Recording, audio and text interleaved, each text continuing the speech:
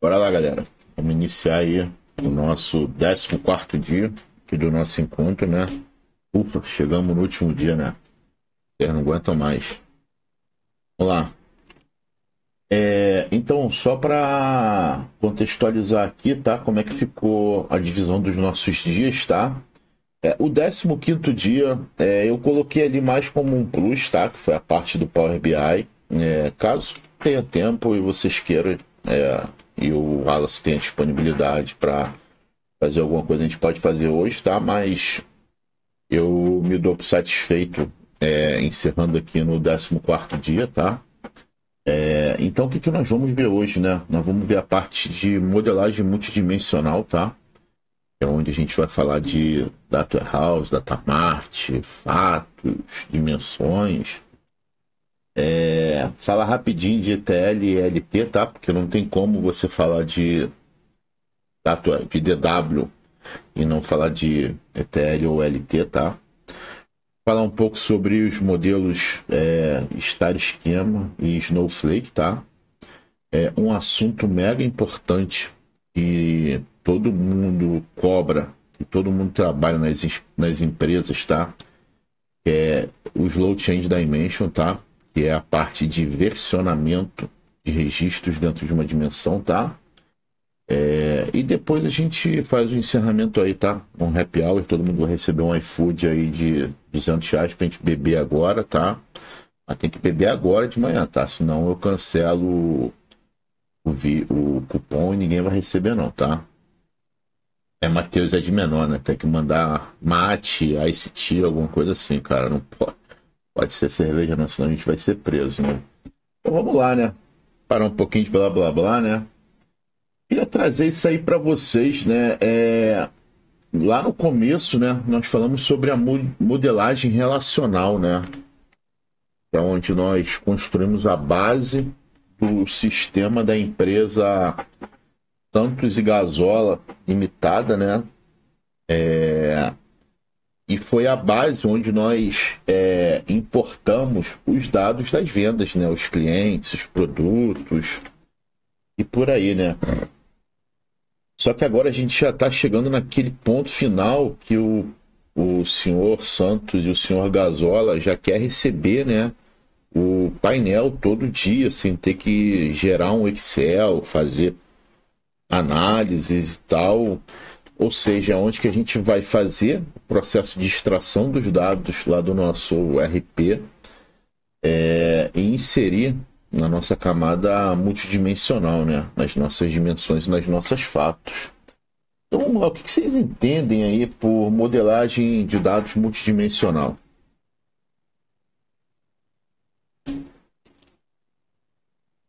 Sabem dizer qual é a diferença de uma para outra? Explicar o que seria essa modelagem? Em que momento você aplica?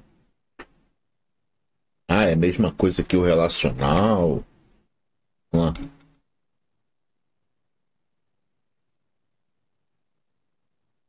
Precisa ser todo mundo de uma vez só não, tá? Pode ser um de cada vez, tá? Eu não sei não.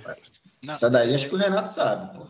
é, essa parte aí da modelagem multidimensional, ela tá mais relacionada à questão do, de quando a gente está preparando, né, o nosso modelo para ser consumido por meio de ferramentas de visualização, né? Esse nome aí multidimensional é porque normalmente uma fato gira em torno de muitas dimensões, né? Ou seja, ela tem muitas dimensões que vão, digamos assim, trazer características daquilo que na nossa fato tá sendo apresentado, né? Não sei se consegui me fazer entender, mas acredito que seja mais ou menos por aí. Beleza. Beleza. E aí? Magno, alguma coisa? Então, o que eu sei, um pouquinho que eu sei é em cima do que você já explicou, né? Que seria, no caso, a modelagem depois de todo o tratamento ali, né? Que você fez com os dados. E aí você disponibilizou isso dentro desse esquema onde você tem a fato tem as dimensões, né? Mas assim, eu ainda não tenho a expertise de falar, putz, isso aqui é melhor que isso daqui por conta disso. Eu não tenho essa vivência igual você tem. Mas eu sei que ela é diferente do modelo relacional, por exemplo. Entendi. É complementar, Wallace, se eu posso seguir. Eu ia fazer, na verdade, mais uma pergunta, né? Mais uma provocação aqui, mas o Magno já disse ali que tem a dúvida. Porque eu ia perguntar por que que nós fazemos isso, né? Além de saber que tem diferença e tal, por quê, né? Por que que a gente faz isso? Eu acho que esse é a grande charada, né? É a grande charada, né? Pegando Porque assim tem o um gancho do motivo. que. Né? Pegando Porque o tá na gancho do que moda, né? Não é porque tá na moda, porque, não sei, pode estar na cabeça de uma pessoa. Não, a gente faz isso porque faz. Então a gente tem que entender o porquê, né? Então, Pegando o que vocês já falaram aí, né? Tanto o Quintela quanto o Wallace aí, também o Magno. O apanhado geral, né? Analisando essa modelagem dimensional, ela está muito atrelada à questão da leitura dos dados, a velocidade da leitura dos dados, em contrapartida que o relacional ele está muito ligado à velocidade na escrita, né? Tem Beleza. uma coisa assim mais ou menos por aí. Tá, vamos lá então. O que ele fala aqui, né? Modelagem multidimensional é um método para organizar dados em um formato que é otimizado para análises multidimensionais. Não disse nada, né? Ou seja, isso significa que os dados são organizados em múltiplas dimensões, como tempo, produto, localização, e permitem uma análise mais profunda e abrangente, tá? Vamos seguir, tá? Isso aqui eu trouxe como uma dica para vocês, tá? Procuram entender sobre essas duas pessoas, Imon e Kimball, tá? Esses são os pais do Data Warehouse, tá? Foram eles que construíram tudo isso, tá? Então existe uma discussão entre os dois.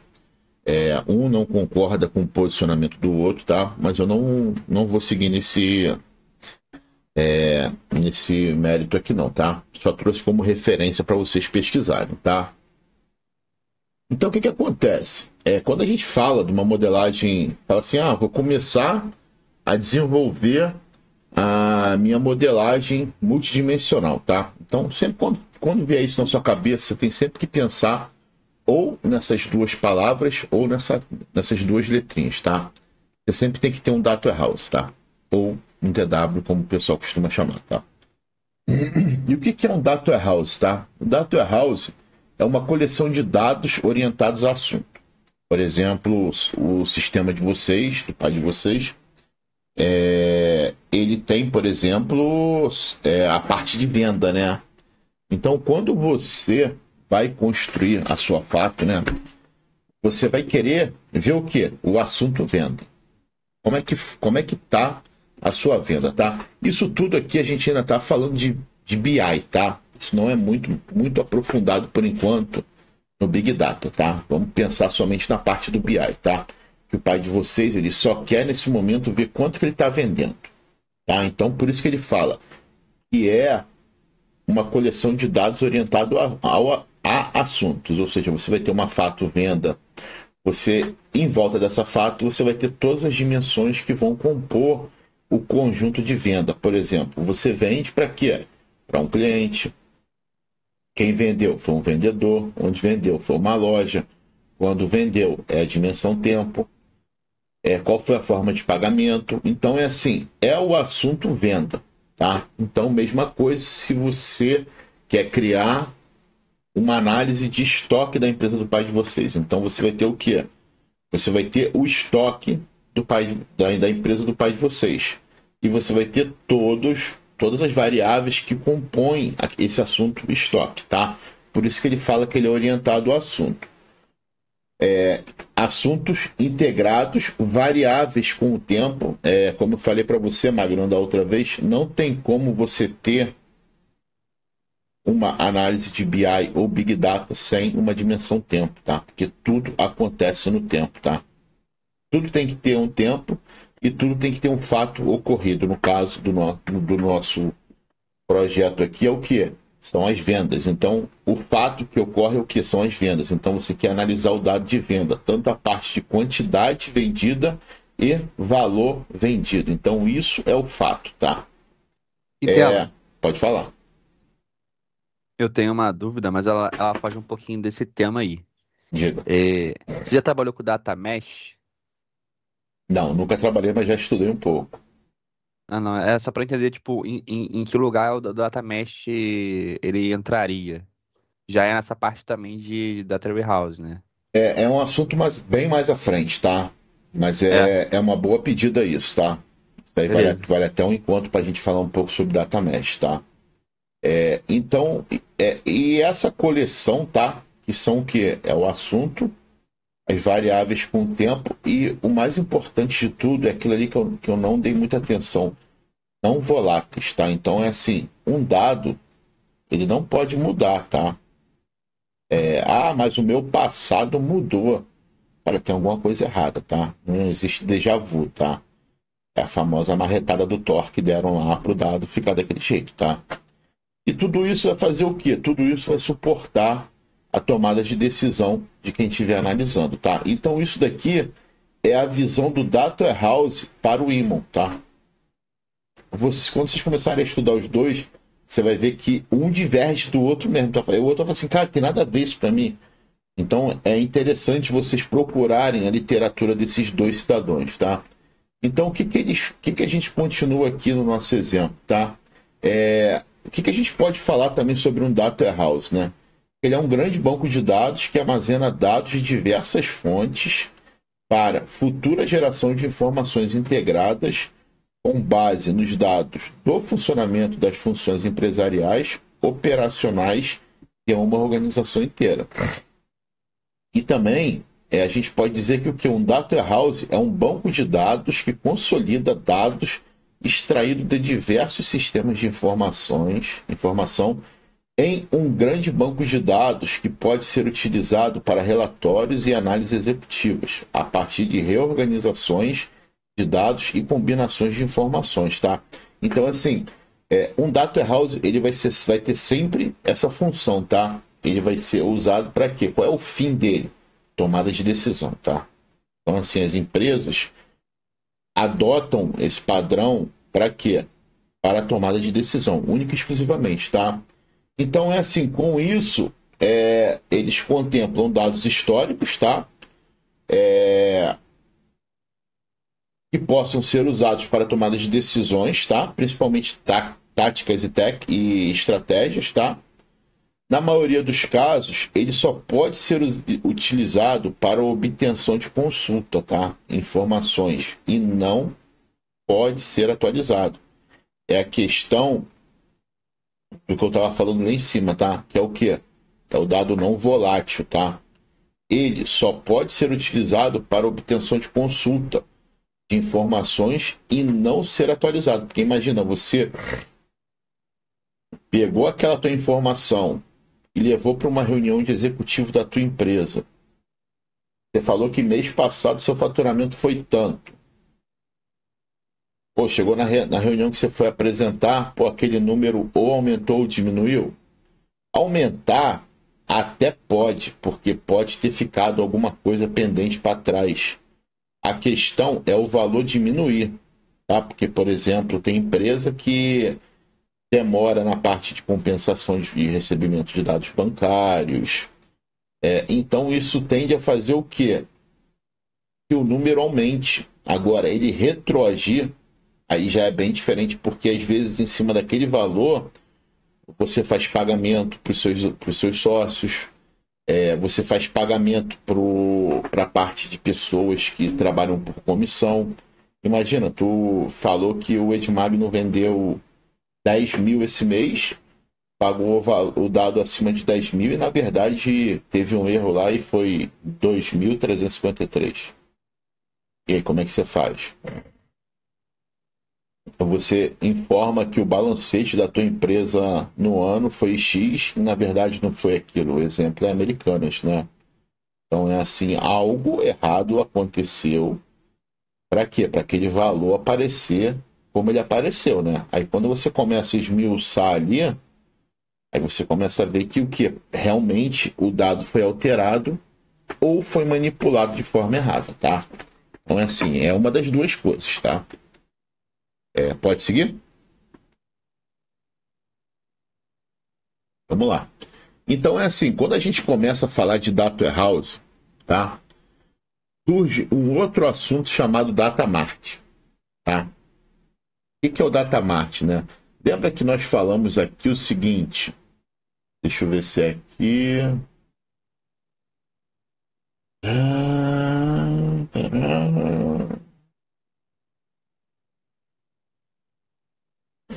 Nessa parte que a gente fala exatamente aqui, ó, orientado a assunto, né? E nós falamos o quê? Que o data warehouse, nessas duas informações que eu trago para vocês aqui, eu falo para você que é o quê? Um data warehouse é um grande banco de dados.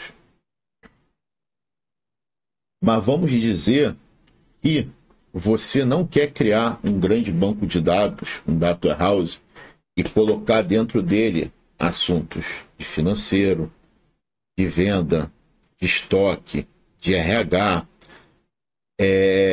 porque você falou assim, cara, é uma complexidade muito grande para mim controlar acesso para a organização inteira. Então, o que você faz para melhorar a sua gestão, né?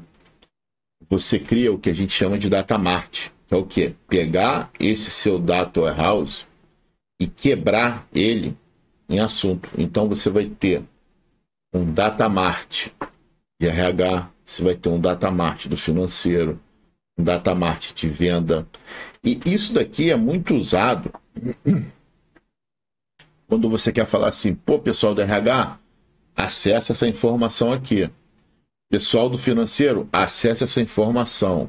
Então, assim, você quebra esse seu monolito, né, em diversos pedaços e fala assim, cara, agora o meu banco, ele é o quê? Ele é orientado ao assunto. Então, você consegue controlar isso de uma forma mais fácil, tá? E, só que aquele negócio, você controla de forma mais fácil a questão dos acessos. Quem vai ter acesso àquele tipo de informação. Porém, você está pensando assim, cara, que antigamente você ia ter um banco de dados e hoje você vai ter N banco de dados, tá?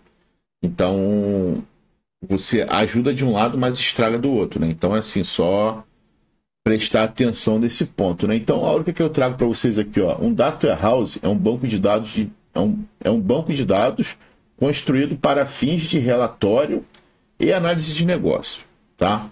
Então, para melhorar a eficiência, existe uma forma de realizar a fragmentação. Eu falei, né? Você tem aquele grande monolito, você vai fazer assim, ó, pá, toma, Magno, o teu é esse daqui, Wallace, o teu é esse, Renato, o teu é esse, e Matheus, o seu é esse. Ou seja, quebra em pedaços menores que são denominados data mart, tá? Eles são orientados a determinados assuntos da empresa, como eu falei para vocês, né? Você vai ter um banco de dados só com dados daquele setor, tá? Dificilmente você vai ter um data mart do RH que vai ter dado de venda. Não tem que ter, se tiver tá errado, tá? Que é justamente esse o fim dele, tá? Se tiver, ele não é mais um data mart, ele já passa a ser um data warehouse, tá? Ó, eles podem ser apropriados e gerenciados por pessoas externas ao departamento de TI, tá? Isso daqui, em alguns lugares que eu já passei, o pessoal cria o próprio data mart dentro do Power BI. Então é assim, você tem um setor que tem subsetores, e esses subsetores eles têm que ter as suas informações gerenciais, né? Então o que eles fazem? Pô, eles têm arquivo Excel, eles têm consultas que eles extraem direto do SAP, consultas que eles vão direto no banco de dados. Então o que eles fazem? Como eles não têm poder e às vezes não têm conhecimento para criar um banco de dados, né? Eles pegam aquilo ali e criam o seu modelo de dados, né? Todo o fluxo de dados dentro do Power BI. E também já vi isso acontecer também dentro do ClickView, tá? Tableau não, porque eu nunca trabalhei com Tableau. Mas isso daqui é exatamente isso daqui, ó. Eles querem o quê? Eles querem ter independência. Eu não quero depender do carinha da TI para poder gerar minhas informações. E quando esse jogo muda, né, que você vai falar assim, não, beleza, agora o seu processo vai ser incorporado para a TI. Isso para eles também é um grande desafio, porque, cara, sempre que tinha que fazer alguma alteração, eles metiam a mão no código e alteravam. Entendeu? Agora não, pô, agora eu tenho que abrir um chamado, esperar o Magno atender. Não, cara. Não tá legal. Eu quero para agora. Não, agora não tem, cara. Agora tem outro pastel fritando lá, 2 caldos de cana na fila e você tem que esperar. Não. Então essa barreira que você vai encontrar, ela é muito normal, tá? Porque o cara estava habituado a fazer do jeito que ele fazia. Então, às vezes, quando tu chega para ele e fala assim, cara, não tá certo. Mano, é o mundo desabar na tua cabeça, né? Não, mas sempre funcionou assim, sempre funcionou. Tá, beleza, sempre funcionou, mas sempre funcionou errado. Então, preparem-se para encontrar com isso na vida de vocês, tá? Então, ó, isso daqui é uma coisa que está acontecendo muito, tá?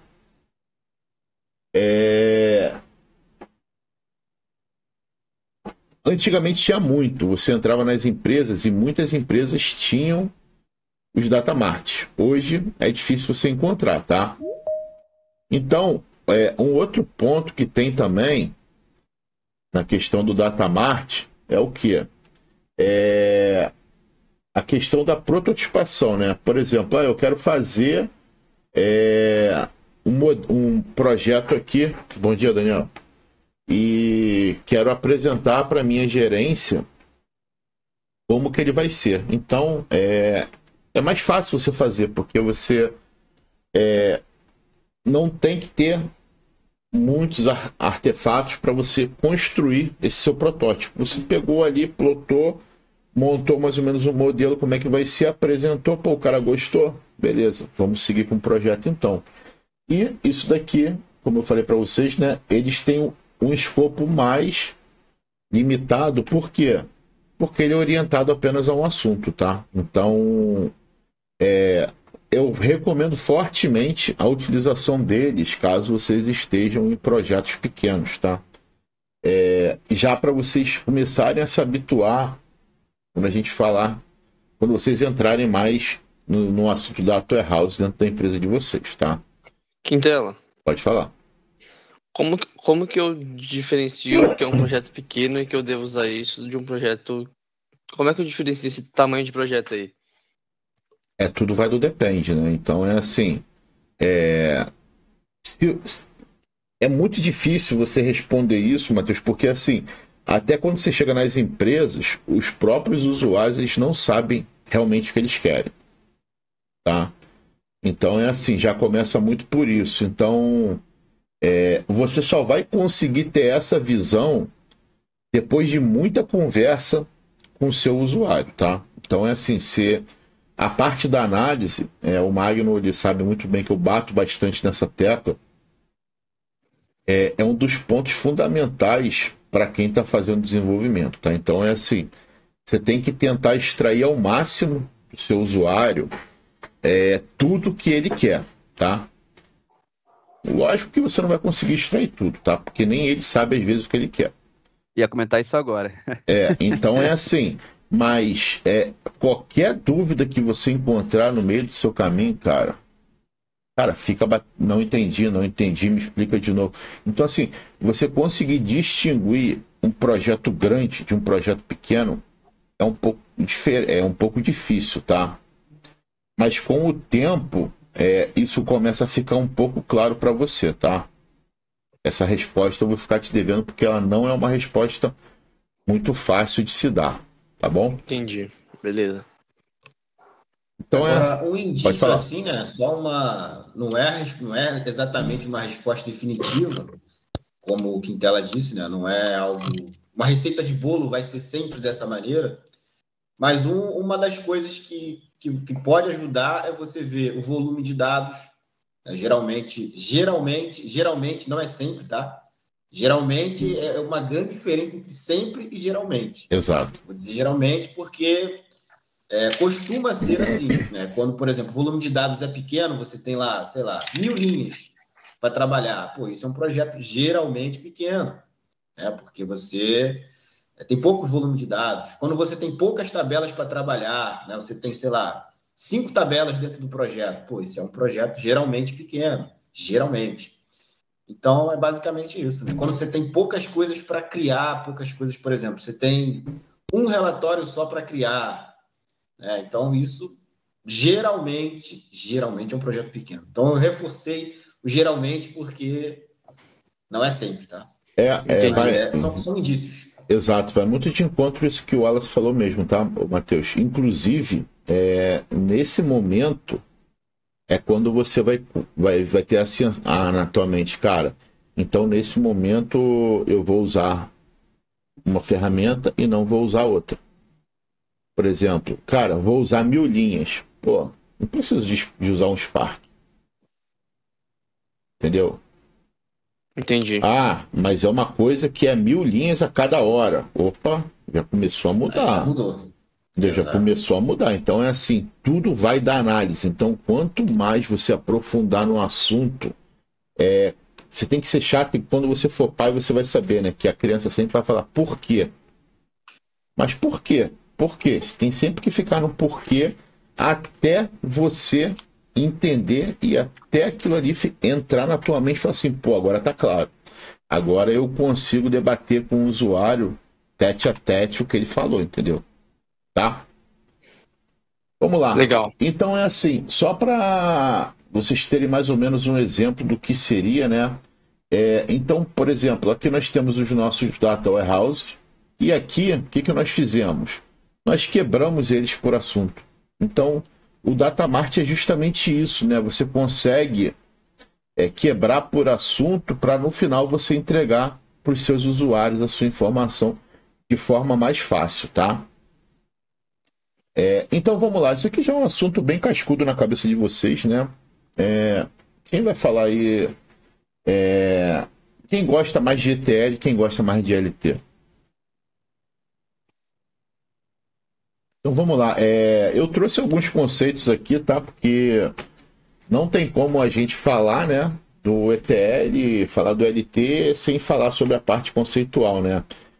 Então vamos lá, né? O ETL ele é mais voltado para a parte de BI, né? Então, quando você está falando de uma solução de Business Intelligence, você está falando de LT, de ETL, desculpa. Quando você está falando de uma solução de Big Data, é ELT, né? Então, assim, o ETL, o que é ele, né? É a atividade mais fundamental para um processo de BI, né? O processo-chave, como eu coloquei ali, né? Pois através da sua combinação conseguimos transferir dados de uma origem para outra, de uma origem para um destino, né? Ou de uma fonte para outra. Esse termo é muito associado à construção de data warehouse, tá? Porque quando a gente está falando de um data warehouse, né, a gente já está contemplando que no final a gente vai chegar ao que? A gente vai extrair o dado da origem, vai passar pela stage, vai passar pela ODS e entregar os dados lá no final, tá? Diferente do ELT, né? Então vamos lá. Dentro das fases de construção de um DW, o ETL é uma das tarefas com maior custo, tanto relacionado a tempo de projeto quanto de recurso, tá? Porque assim, como eu estava explicando para o Matheus, né?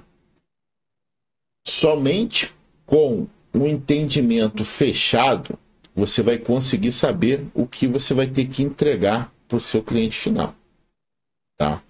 Então, assim, com isso, você vai saber o que? Quais transformações que eu tenho que aplicar, qual a granularidade que eu tenho que chegar com o meu dado. Então, é assim, tudo isso vai estar o quê? Vai estar dentro da sua modelagem, né? Da sua modelagem da sua stage, da sua modelagem da ODS, que é onde você vai fazer a normalização dos seus dados, né? E é quando você vai entregar o seu data warehouse, seja ele no formato Star Schema ou no formato Snowflake, tá? Então é assim, voltando ali o que eu falei, né? Dentro das fases de construção de um data warehouse, o ETL é uma das tarefas com maior custo, tanto para projetos quanto para recursos, né? Como associar e unificar os dados de diferentes fontes com formatos de estruturas diferentes, onde a variedade de fontes e os esquemas dificultam o trabalho. Ou seja, não vai ter tarefa fácil, tá? Você vai ter que entender a informação para você poder estruturar isso e no final você chegar até o seu DW, tá? E as 3 etapas, né, que na verdade são as 3 letras do ETL, né, que é o E de extração, o T de transformação e o C de carga, né? Então, assim, o ETL você sempre vai fazer a transformação antes da carga dos dados, né? Diferente do LT, que você extrai o dado da sua origem e joga em um determinado local, tá? Seja ele local no seu servidor ou em uma nuvem, tá? No ETL não. Você, no momento que começou a extrair a informação, o passo seguinte é você já meter a mão e transformar, entendeu? Então, quando você chegar na camada de ODS, o seu dado já está praticamente que tratado. Você já padronizou as tabelas, você já fez os relacionamentos, definiu as chaves primárias, determinou tudo, normalizou, botou os nomes certinhos, porque na stage o nome você não se preocupa com isso, data type você não se preocupa na camada de stage, mas na ODS não. ODS é onde realmente você vai gastar quase que o maior tempo do seu projeto de BI trabalhando, tá? O Data Warehouse, na verdade, você vai fazer o quê? Você vai pegar aquele assunto, vai ver o que ele vai precisar e vai gerar as dimensões e as fatos, tá? E no final, o processo de carga, tá? Alguém quer falar alguma coisa? Pode seguir. Bora lá, então. Então, o LT, né, é um processo já um pouco diferente, né? Porque pensa que você tem aquela enormidade de fontes de dados e você primeiro precisa fazer a extração daqueles dados. Porque também quando você está falando na parte do LT, né, de projetos de Big Data, não necessariamente quem vai manipular aquela informação já quer consumir aquela informação direto da Gold. Às vezes o cara quer pegar aquele arquivo que você extraiu da sua rede social e minerar ele para ver o que ele pode tirar dali. Então, por isso que no processo de Big Data, né, o que a gente faz? Né? Primeiro a gente extrai o dado das origens, armazena e deixa ele disponível em algum lugar para consumo. Tá? Não necessariamente o mais importante é o que vai estar na última camada que vai ser consumido pela galera de DataVis, tá? Às vezes a galera de ciência de dados, ela vai querer o quê? Ela vai querer dar uma mergulhada ali nesses dados e falar assim, tá, pô, mas eu preciso ver isso daqui para tentar tirar alguma informação daquilo dali, tá? Então vamos ver o que eu coloquei aqui, ó. O LT é um processo de integração de dados no qual os dados são primeiro extraídos de várias fontes, em seguida carregados em um armazenamento de destino, como um Data Warehouse ou um Data Lake, e finalmente transformados no local de destino. Então você pode trabalhar com os dados das duas formas, tá? Numa solução de Big Data. Com o dado bruto, extraído da fonte sem nenhum tratamento, ou com o dado no seu Data Warehouse, tá? Ou persistido no seu Data Lake, tá? E qual é a vantagem e qual a desvantagem, né? A vantagem que você tem quando você está trabalhando com um processo de Big Data, né? Acho que o principal de todos, né, é a escalabilidade. Tá? Então, assim, eu acho que não tem nenhuma vantagem que supere a escalabilidade, tá? Por quê? Aumentar ou diminuir o poder de processamento de uma ferramenta é muito fácil quando você está num ambiente de nuvem. Já quando você está no ambiente on-premise, isso já é muito difícil. Então, quando você está com o ETL mesmo, né? Seja ele no Pentar, no Integration Service, ou até mesmo via Procedure, né? Tem muitas empresas que nenhuma ferramenta de BI tem, ela faz tudo via código.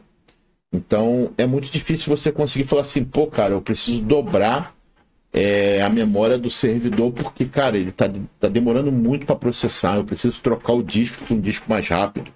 Então, assim, no on-premise isso vai acontecer? Vai, mas, cara, nem se compara com a flexibilidade que você tem dentro de um ambiente de Big Data, tá? E, cara, a questão do armazenamento, cara, também é um outro fator, cara, que agrada muito ao gestor, né? Porque o gestor é muito orientado a custo, né?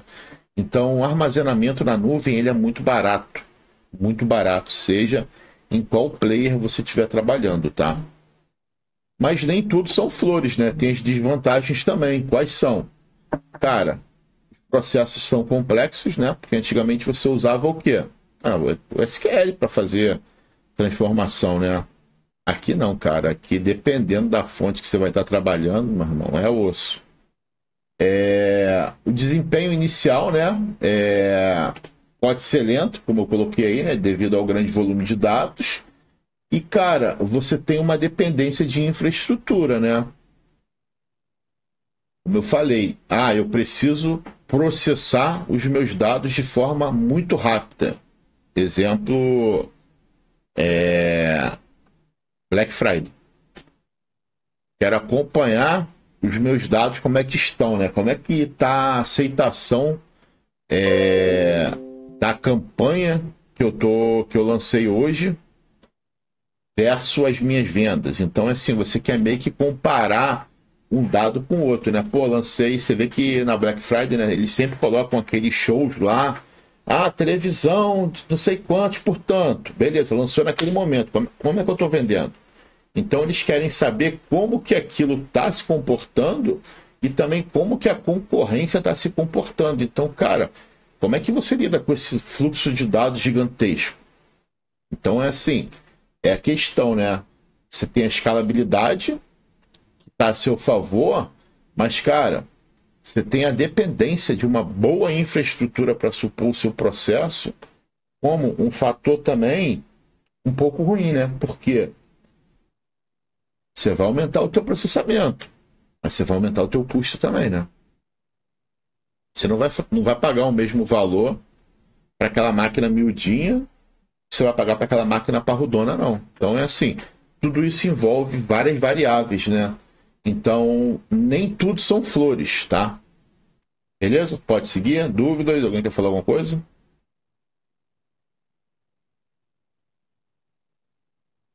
Partiu então. Então é assim, como que nós podemos comparar, né, o ETL com o LT com o ETL, né? Então, assim, as vantagens, né, a facilidade do uso, ou seja, o desempenho inicial e a ampla adoção. E quais são as desvantagens, né? Isso aqui, acho que eu coloquei ali errado, tá? É comparar o ETL com o LT, tá? Não, como eu escrevi ele não, tá? O ETL é muito mais fácil de você usar, tá? Em relação ao LT. O desempenho inicial dele, às vezes, é melhor, tá? No início, porque a volumetria é baixa, tá? E, cara, a maioria das empresas optou por ele, né? Por ele ser mais barato, tá? Porque nem toda empresa ela tem bala na agulha para sustentar, por exemplo, um Databricks da vida processando dado todo dia, tá? É uma solução bem cara. E quais são as desvantagens, né? Assim, ele é um processo mais rígido, né? Então, assim, é difícil você conseguir escalonar ele. É difícil você aumentar o poder de processamento dele. Então, assim, o custo do armazenamento é caro, né? Porque é diferente da nuvem, né? Tá na tua empresa. Você tem que comprar aquele disco. Você tem que estar o tempo todo. Como é que se fala? acompanhando o crescimento dos seus dados para você saber se aquela infra que você tem vai suportar até quando. Já tem que ficar de olho nas melhorias que você vai ter que fazer para o seu processo continuar performando daquela forma, tá? E, cara, e uma das grandes vantagens da nuvem, principalmente quando você está falando de Databricks, né? É a questão do paralelismo, tá? Então é assim, cara, o paralelismo, cara, ele vai te ajudar muito a processar os seus dados, né? E já no ETL, isso já tem uma desvantagem, tá? Então é assim, LT versus ETL, né? Eu inverti tudo, né? Ah, tá bom, vamos lá. O LT, ele tem a flexibilidade, né? Muito maior do que um ETL. O desempenho de um ETL pode ser melhor no início, tá? Mas quando você estiver falando com um grande volume de dados, sem dúvida o LT ele vai ser mais performático, tá? A complexidade, o LT vence, né? Porque como a gente estava falando, né? Não é apenas uma única linguagem que você trabalha, né? Você vai ter, de acordo com a sua fonte de dados, diversas linguagens para você trabalhar. E o custo, né? O custo do LT, ele é econômico quando a gente fala na parte de armazenamento, tá? Mas quando você fala na parte de processamento, ele é mais caro, né? Porque o ETL, você não tem custo de processamento. Você comprou, tá na tua empresa, né? Então, assim, a máquina é sua, o parque todo é seu, ou você colocou no data center, você não paga por processamento. Você vai ter o custo de armazenamento, tá? O LT não. O LT, o preço do armazenamento dele na nuvem é lá embaixo, né? Dependendo da classificação que você dá para o dado, ele é mais baixo ainda, tá? Porém, o processamento é muito elevado, tá? Beleza? Podemos seguir? Então, uma pergunta. Manda aí. Vê só, pegando assim esse cenário que você trouxe aí durante todos os encontros, né, da empresa aí do pai do Matheus e do Magno, em um ambiente real, certo? Onde seja on-premise, a estrutura, o servidor, né, do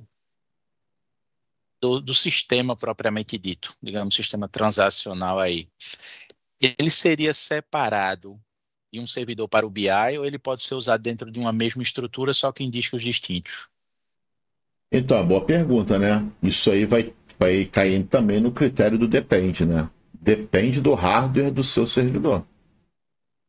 Porque assim, você tem que pensar, beleza, estamos colocando no mesmo servidor, tá? Porém em discos separados. Só que a concorrência, por exemplo, o consumo de memória, ele vai ser a mesma memória para as duas soluções, tá? Porém, quando a gente fala, mas a leitura dos dados é separado, né? Porque estão os discos separados. Isso se forem 2 HDs, tá, Renato? Se for, não, eu particionei meu HD aqui que tem 30 teras em 2 de 15. Cara, a leitura é a mesma para os dois, tá? O I/O é o mesmo. Você está no mesmo disco. Se for discos separados, isso daí é um erro capital que a galera, quando cria um servidor de banco de dados, faz, tá? Que é pegar um disco, particionar em 2 e botar os arquivos de log numa unidade e os arquivos de dado em outra. Cara, o I/O é o mesmo, tá? Você vai concorrer pelo mesmo recurso de disco, tá? Então, se for em discos separados, a leitura e a escrita são separados. Mas quando você fala de memória, é a mesma para os dois, tá? Então, assim, tem que ser muito bem configurado, porque, por exemplo, o SQL Server, se você não configura essa questão de memória, cara, do infinito ao além, tá? Ele vai consumir até acabar a memória do servidor. Então, se você não faz essas configurações iniciais, limitando o que ele pode consumir, ele vai consumir até o final, tá? Ele vai até o final, até acabar a memória do seu servidor. Tá bom? Então, assim, o ideal é não ser no mesmo, tá? É ser separado. Tá bom? Beleza. Porque você vai ter que fazer essa questão do controle do crescimento ao mesmo tempo para os dois, né? Isso. Então é assim, tem que ser uma mega máquina, tá? Geralmente o pessoal faz o quê? Tem esse cenário que você trouxe aí, mas fica dentro de uma Blade, por exemplo, que é onde é um grande gerenciador de máquinas virtuais, e lá dentro você cria uma máquina para cada um. Na verdade, vai ser um grande servidor com mega estrutura de HD, memória e tal, e ali você vai criar a máquina e vai alocar os recursos para cada máquina, tá? Beleza? Beleza, valeu. Bora lá. Então é assim, chegamos aonde a gente queria, né? Na parte das fatos e dimensões, né? Então é assim, já coloquei aí um spoiler, né? Mas eu queria que vocês me falassem o que vocês entendem sobre tabelas fatos e tabelas dimensões.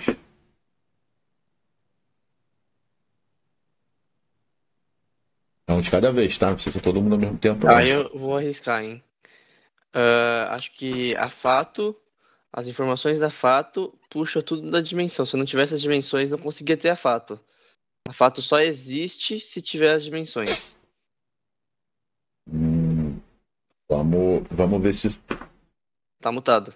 Vamos ver se isso que você falou é verdade ou não. Vamos ver. Alguém mais?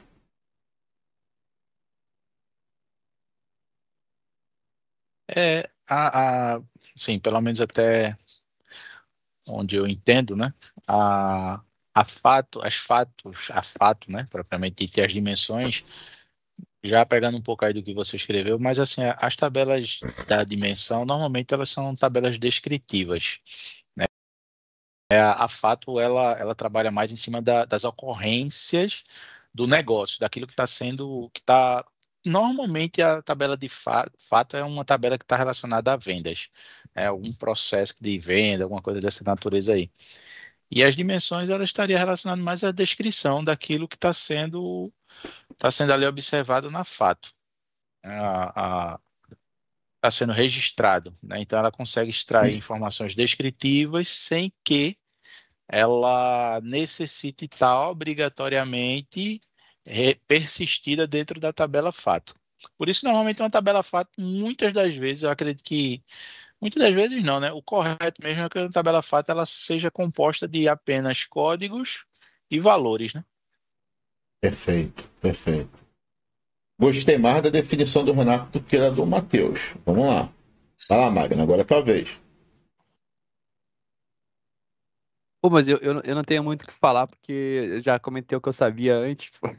Entendi. E aí, É, Renato? tô só de Beleza. ouvinte. Tá. E aí, Daniel? O que você tem a acrescentar aí? Já ouviu falar desse conceito? Nunca ouviu falar?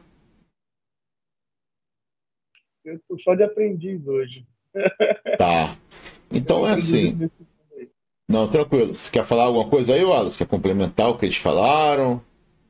Cara, eu ia falar que quando eu estava aprendendo isso, eu tive muita dificuldade de entender, cara. Então, assim, parece que é algo trivial, algo simples, mas, cara, é simples, mas ao mesmo tempo é complexo, né? Por exemplo, eu tive que ler bastante para até conseguir entender. E, cara, a definição, assim, que em poucas palavras que eu posso acrescentar aqui, obviamente, o Quintela vai explicar muito melhor do que isso, mas é que, por exemplo, as fatos vai dizer o que, como, vai quantificar o acontecimento, né? A fato quantifica um acontecimento. E a dimensão, ela explica o acontecimento, né? Você, por exemplo, uma venda, como o Quintela já até disse aqui anteriormente, eu vou reforçar aqui, só para não perder o raciocínio. Então, por exemplo, você tem uma venda, mas você precisa explicar quem foi o vendedor, você precisa explicar onde foi, quando foi. Então, é basicamente isso, né? O fato, ele é a ocorrência e a dimensão, ela é a descrição. E dentro disso existem técnicas, né? Como na dimensão, por exemplo, que ela já disse, que é a SCD tipo 2, a SCD tipo 1. Então, são as mais usadas. Mas é basicamente isso, né, cara? Isso tem que saber, né? Isso, assim, é a coisa mais importante para quem trabalha com BI. e muita gente, às vezes, não sabe explicar bem a diferença entre um e outro. Então, tem que estar bem atento a isso e cara, só dá para avançar para a próxima fase de querer construir um DW se você entender exatamente a diferença entre um e outro. Eu fui o contrário. Eu fui criar um DW sem saber direito o que era fato de dimensão. Então, não recomendo isso para ninguém, tá? É bom você reforçar bem isso antes de criar um DW. Exatamente. Então vamos lá, pessoal. Compilando tudo que vocês falaram, a gente consegue chegar nessa descrição, né? O que são as tabelas fatos e o que são as tabelas de dimensão, né? Assim, a primeira coisa que vocês têm que ter na mente de vocês é o seguinte: é obrigatório ter uma tabela dimensão-tempo. Tá? Você pode chamar de dimensão de tempo, dimensão calendário, você pode chamar do que for, mas não existe BI sem dimensão-tempo. Tá? Essa é a primeira premissa básica. Tá? Se vocês pegarem qualquer ferramenta OLAP, a primeira coisa que eles vão te perguntar é o seguinte: você já tem uma dimensão de tempo? Se você não tiver, eu posso auxiliar na criação. Então, é obrigatório, porque tudo aconteceu em algum momento do tempo. Tá? Então, é assim. Uma outra coisa é o seguinte: a fato, ela é composta única e exclusivamente de quê? FK e dados quantitativos, tá? Seja ele quantidade ou medidas, tá? Então pensa assim, que no teu modelo você vai ter uma tabela e essa tabela ela vai estar relacionada com outras tabelas. Ou seja, a sua fato ela é o miolo da pizza, tá? É o miolo, tá? E a dimensão? A dimensão ela é o que vai auxiliar a sua fato a explicar o que aconteceu, tá? Por exemplo, a sua dimensão de venda, ela não vai ter o nome de quem comprou. Ela não vai ter o nome de quem vendeu. Ela não vai ter o nome de onde vendeu. Ela vai ter o quê? Ela vai ter um apontamento para você chegar nessas respostas. Então, assim, a dimensão ela vai ter a resposta para as suas perguntas, ou seja, nelas vão estar armazenadas o quê? Informações descritivas, tá? Por exemplo, o cliente do CPF tal, quem é? É o Gabriel. E do CPF tal, é o Matheus. E do CPF tal, é o Wallace, tá? Então é assim, a sua fato, ela tem que ser uma tabela enxuta, tá? Enxuta nesse sentido, tá? Mas eu sempre vou ter uma tabela fato que eu vou ter somente eficaz e dados quantitativos? Não vai ter. Por exemplo, eu tenho uma dimensão de tempo, mas eu não tenho uma dimensão de hora. Eu preciso armazenar a hora que aquilo foi vendido. Como é que eu vou fazer? Eu vou criar uma dimensão hora? Não faz sentido, tá? Então o que você faz? Você vai pegar essa informação e vai jogar dentro da fato. Tem um nome para esse dado, tá? É dimensão alguma coisa. Se eu não me engano, é dimensão abstraída, dimensão perdida, para esse dado que não tem dimensão, tá? Eu não lembro de cabeça qual é o nome dele. Eu posso pesquisar e enviar para vocês depois. Mas o ideal é o quê? Quando você olhar para a sua fato, você encontrar somente as eficazes, tá? E todas as eficazes, elas vão fazer parte de quê? Da sua PK. E todos os dados quantitativos vão ser sumarizados, tá? Eles têm que ser sumarizados, tá? Então vamos ver o que a gente coloca aqui, ó. Diferenças entre fatos e dimensões, tá? As tabelas fatos contêm medidas quantitativas que são conectadas às dimensões por meio de chaves estrangeiras, enquanto as dimensões contêm atributos descritivos sobre os dados nas tabelas fatos, tá? As tabelas fatos, elas geralmente são grandes, tá? E estreitas. Estreitas por quê? porque elas só contêm as FKs e os dados de valor, tá? As medidas, tá? Você vai colocar lá. Enquanto as dimensões, elas são mais amplas, tá? Eu coloquei isso daí e contém menos registros, porque também você pode encontrar dimensões grandes, tá? Principalmente quando você trabalha um conceito de versionamento de registro, tá? A gente vai ver mais à frente. Até aqui ficou esclarecido esse ponto, Magno? Você quer que eu fale de outra forma ou você quer trazer alguma dúvida aí? Não, pra mim tá de boa. Também, Matheus? E aí, Daniel? Vocês que estavam mais de ouvinte aí? Passou.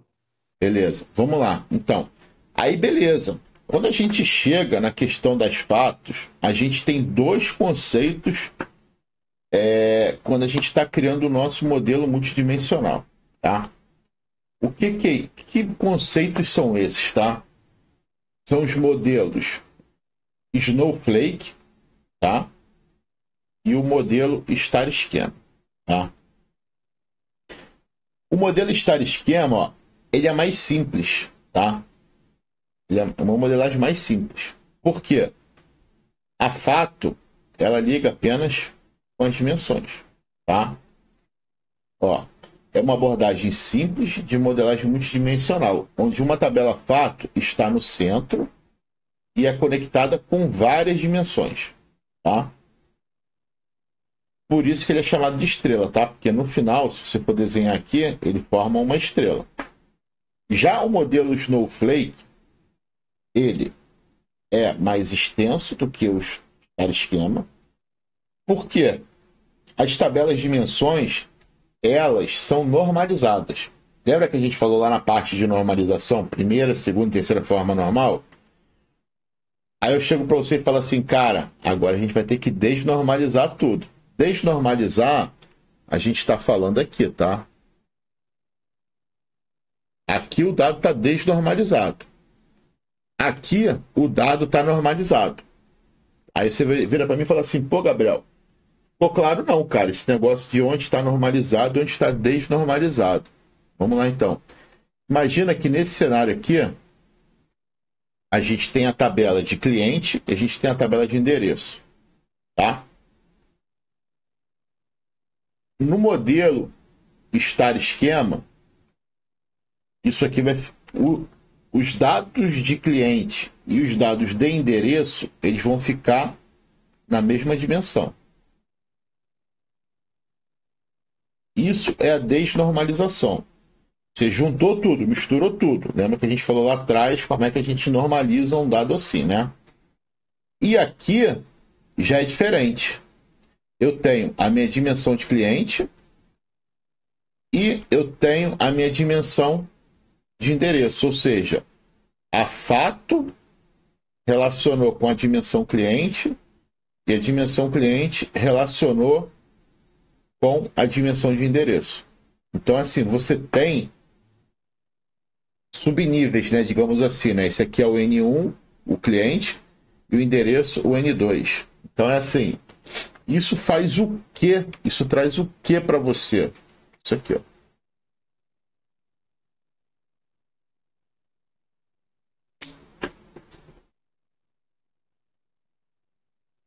Aqui você vai ter que fazer um join de fato com dimensão cliente e aqui você vai ter que fazer um join de dimensão cliente com dimensão endereço.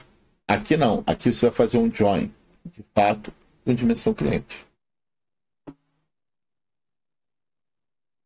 Então é assim, até as ferramentas hoje de DataVis, eu nunca encontrei nenhuma que fale assim, eu prefiro o Snowflake. Todas são adeptas ao modelo Star Schema, tá? MacroStrategy, ClickView, Power BI, Tableau não posso falar porque eu nunca trabalhei com Tableau, mas essas três que foram as que eu mais trabalhei, não que eu mexa com elas, mas que eu já participei de projetos, se não tiverem no modelo Star Schema, eles não têm uma performance boa. Não quer dizer que não vão funcionar, tá?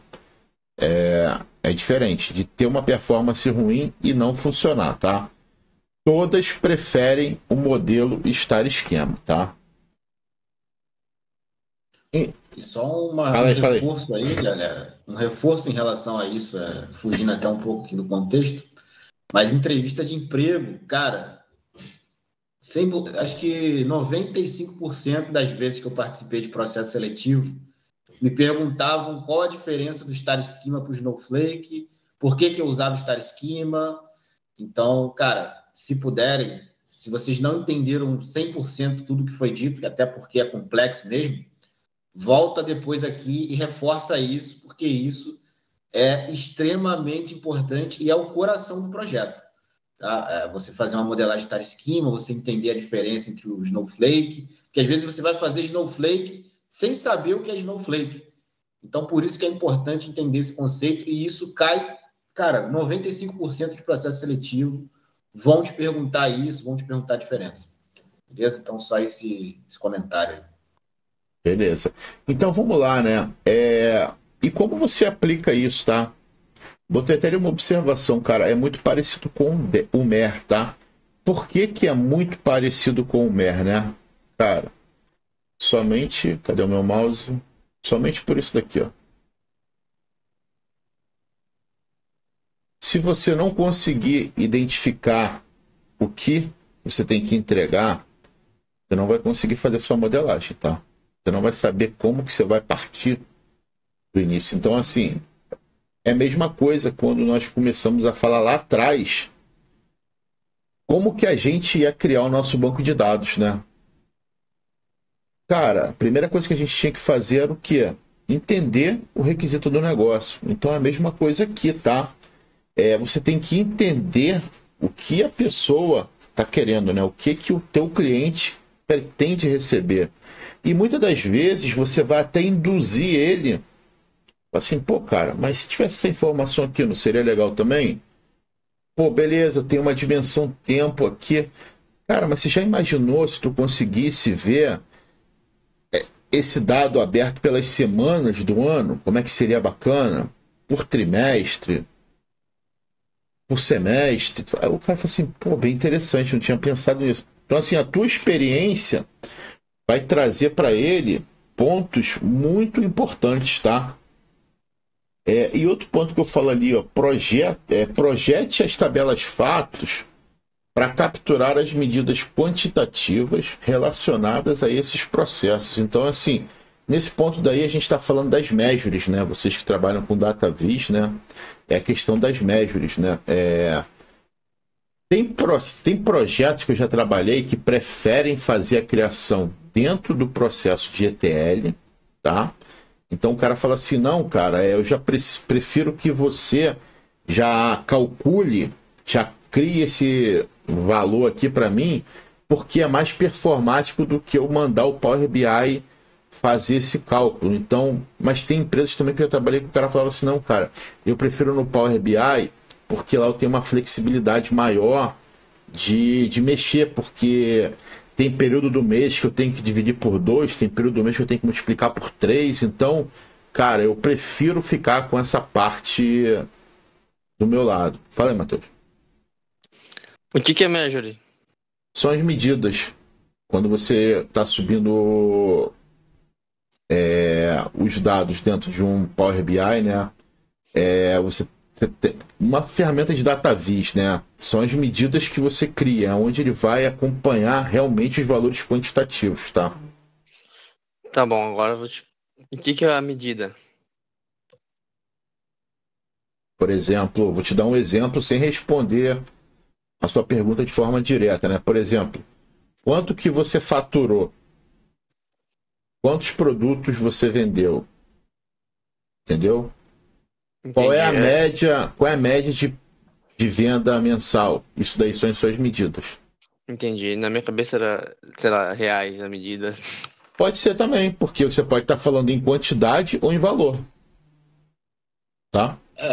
Em outras palavras, até para de repente reforçar, a medida ela é o cálculo que você vai fazer com os dados. Então, por exemplo, você tem uma coluna de valores, você quer saber o total, você faz uma soma. Você quer saber a média, você faz um average, né? Para você saber a média. Você quer saber o maior valor de uma coluna, você faz um max. É muito similar ali, se você já utilizou o Excel alguma vez na vida. Aquelas funções que você cria com o Excel, dentro do Power BI, ele chama de medida, ou measure, né? Se for em inglês. E no Tableau, eu acredito que seja a mesma coisa, né? Acho que chama de measure também, né? No Tableau. Eu não sei, acho que o Magno pode reforçar isso para a gente. Mas é basicamente isso, são os cálculos, são as funções que você cria para fazer cálculos. Basicamente Legal. é isso. Entendi. Valeu, gente. Beleza? Então é assim, ó, projete as tabelas de dimensões para capturar as informações relevantes. Não quer dizer, por exemplo, pô, eu tenho uma tabela de cliente aqui que tem 300 colunas, eu vou levar as 300 colunas. Pense sempre o quê? Quanto mais informação, mais espaço você vai ocupar, mais tempo você vai levar para processar, e no caso de você disponibilizar isso, seja dentro de um DataVis ou dentro até de um cubo, né, de uma ferramenta OLAP, é processamento que você vai ter também gasto para poder carregar, porque essas ferramentas, na verdade, elas absorvem os dados para elas, né, para não ficar indo toda hora no banco. Então, por isso que você atualiza essas ferramentas para quê? Para elas irem uma única vez no banco, trazem para dentro dela, e quando você faz alguma consulta, ela está buscando dado dentro dela. Ela não está indo na sua base de dados, no sua camada Gold, no seu Data Warehouse, não. Ele está vindo dentro dele mesmo e ele está absorvendo aquela informação. Então, assim, você deve ter todas as informações disponíveis lá na origem. Mas não quer dizer que todas as informações o usuário vai querer usar, tá? Então isso aqui é um outro ponto muito importante nisso daqui, ó. Nesse ponto daqui. Cara, seja chato. Cara, se o cara fala assim, eu quero tudo. Cara, tudo é muita coisa, cara. Vamos quebrar isso daqui e vamos dizer o que você realmente utiliza. Então assim, você tem que ser chato para quê? E você tem que levar esses argumentos para ele falar assim, cara, ó, vai ficar pesado, tá? Vai ficar pesado. Então depois não reclama, tá? Então, tu fez a sua parte. Ele aceitou, cara, formaliza no e-mail e fala, ó, esses os dados que você pretende receber. Cara, ele deu um de acordo, cara, Brasil, aí tu tirou o macaco do teu colo, tá no colo de outra pessoa. Então aí já é com o usuário. Ó, e finalmente, né, construa relações entre tabelas, fatos e dimensões, ou seja, faz o join. Então, assim, não deixa solto, não, tá? Então, isso são dicas valiosíssimas, tá? Então, quando a gente fala do modelo Star Schema, né, não adianta eu chegar para você e falar assim, cara, eu prefiro o Star Schema, se eu não falar para você o porquê que eu prefiro ele, tá? Eu, particularmente, falo para vocês, cara, eu prefiro o Star Schema. Tá? Por quê, né? Porque ele é simples, ele tem um desempenho bom, ele é ágil e, cara, a facilidade de uso é muito grande, tá? Mas ele também tem desvantagens, né? Eu tenho que desnormalizar o meu modelo, né? Então eu vou ter redundância de dados. E, cara, eu tenho limitação de escalabilidade, mas isso daqui é quando a gente está falando em soluções de BI, tá? Quando for soluções de Big Data, esse ponto de limitações de escalabilidade você não vai encontrar, tá? O principal diferencial dele é justamente a questão, esse item aqui, a simplicidade, né? É simples de entender, simples de aplicar e a manutenção é muito mais simples, tá? Então, por exemplo, eu quero fazer uma consulta aqui, cara, você vai ter consultas muito mais simples do que se você estiver utilizando um modelo Snowflake, tá? E o Snowflake? Cara, o Snowflake eu não gosto dele, tá? Quais são as vantagens? Ele tem um modelo normalizado, né? Como a gente já falou. Ele tem a escalabilidade melhor, né? Flexibilidade, cara, eu não vejo muito, né? Mas eu peguei essa fonte lá na internet e falei, cara, vou trazer, porque ele coloca assim, cara, permite uma maior flexibilidade na modelagem de esquemas dimensionais complexos, o que pode ser útil para cenários de negócios mais complexos. Eu nunca encontrei essa flexibilidade que ele fala aí, não, tá? Nunca encontrei. Ele fala. Eu acho que só essa flexibilidade, pelo menos assim, do meu ponto de vista, eu acho que é no sentido de você fazer uma gambiarrinha, né? Por exemplo, você tem lá uma dimensão de lojas que não seria boa prática fazer isso, né? E aí você precisa adicionar um campo. Ao invés de você reconstruir seu ETL, você insere uma tabela nova ligada na loja. Por exemplo, você quer, sei lá, algum campo que não tinha antes na loja. Sei lá, algum campo aí. Deixa eu pensar aqui. Estoque, por exemplo. Estoque da loja, sei lá, metros quadrados, enfim, qualquer coisa, que não existia. O que você faz? Você liga aquilo na loja, você adiciona essa tabela no seu DW direto e liga na sua dimensão loja. Isso seria uma flexibilidade, porém, não seria uma boa prática. Né? Você teria performance. Mas, pelo menos eu vejo dessa forma, como isso flexível, mas não é boa prática. Assim, eu nunca encontrei um bom argumento para você defender o Snowflake e não aplicar o Star Schema. Eu nunca consegui encontrar, né? E, cara, eu já pego essas desvantagens e falo que elas são perfeitas. A descrição é perfeita para ela, né? Você tem um desempenho ruim porque você tem queries complexas.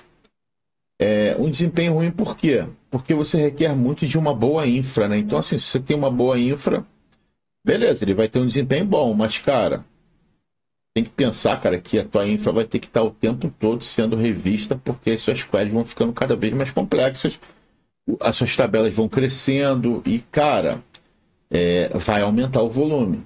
A complexidade da consulta está relacionada a esse ponto, né? Que você tem que fazer muitos relacionamentos. E, cara, a dificuldade de uso, cara, assim, se você não se você tiver numa empresa sem documentação, onde você sabe onde você tem que buscar as informações, cara, isso daí vai ser um grande fator que vai pesar contra o modelo, tá? Então é assim, o que a gente tem aqui no próximo slide, né? Eu fiz uma comparação entre eles, né? Onde eu coloco aqui, ó, referente à estrutura, tá? O modelo Estrela, ele tem uma estrutura de dimensões desnormalizadas, enquanto o modelo Snowflake, né, o floco de neve, tem uma estrutura de dimensões normalizadas. Eu prefiro trabalhar com eles desnormalizados, tá? Desempenho. O modelo Estrela, né, ele tem o melhor desempenho, tende a ter, né? Não quer dizer que ele vai ter sempre o melhor desempenho do que o Snowflake, né? Justamente porque as consultas são simples, tá? Já quando você está falando do Snowflake, ele vai ser mais eficiente no critério de armazenamento, né? Porém, as consultas vão ser o ponto que vai trazer uma complexidade maior no desempenho, tá? Simplicidade versus flexibilidade, né? Cara, eu voto 100% no modelo Estrela, né? Ele é mais simples e fácil de entender, tá? Armazenamento, é aquilo que a gente estava falando, né? O Estrela, por você ter os dados desnormalizados e redundantes, em muitos dos casos, tá? Ele vai exigir mais armazenamento, tá? Então, ele tem, digamos assim, esse ponto que tende a jogar contra a sua escolha, tá? E, cara, questão de uso, né? O modelo esquema é mais adequado para cenários simples e direto. Ele fala aí que o modelo Snowflake, né, é mais adequado para cenários mais complexos e exigente em termos de escalabilidade e flexibilidade. Eu discordo disso daí que ele coloca, tá? Eu discordo completamente disso que ele colocou aí, tá? Para mim, eu não vejo nenhum empecilho para você adotar o modelo Snowflake no lugar do Star Schema, ok? Então é assim, eu não concordo com tudo que ele colocou aí, mas eu trouxe para vocês, tá? E assim, qual modelo é esse que eu tô... Pode falar, pode Antes de falar. avançar, só um comentário aqui também que é muito importante, cara, para a galera aí que de repente não está tão familiarizada com o termo ali Snowflake, mas é um comentário off-topic, tá?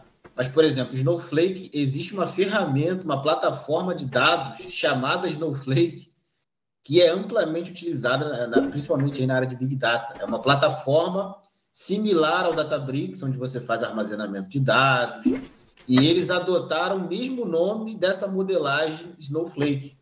Tá? Então, existe uma plataforma chamada Snowflake e existe a modelagem chamada Snowflake. Então, só só esse comentário aí, porque de repente pode alguém falar e a galera confundir, né? Então, só esse comentário aí. Eu não gosto de Snowflake, não, cara. Não é modelagem, não, é ferramenta. Pois é. Mas vamos lá. Vocês olhando assim, vocês preferem essa modelagem, né? Vamos fazer um exame de vista agora, né? Igual aquele cara, pô, essa lente tá boa ou essa outra lente tá melhor? Vocês preferem essa ou vocês preferem essa? Essa ou essa? Essa ou essa? Quem prefere o primeiro?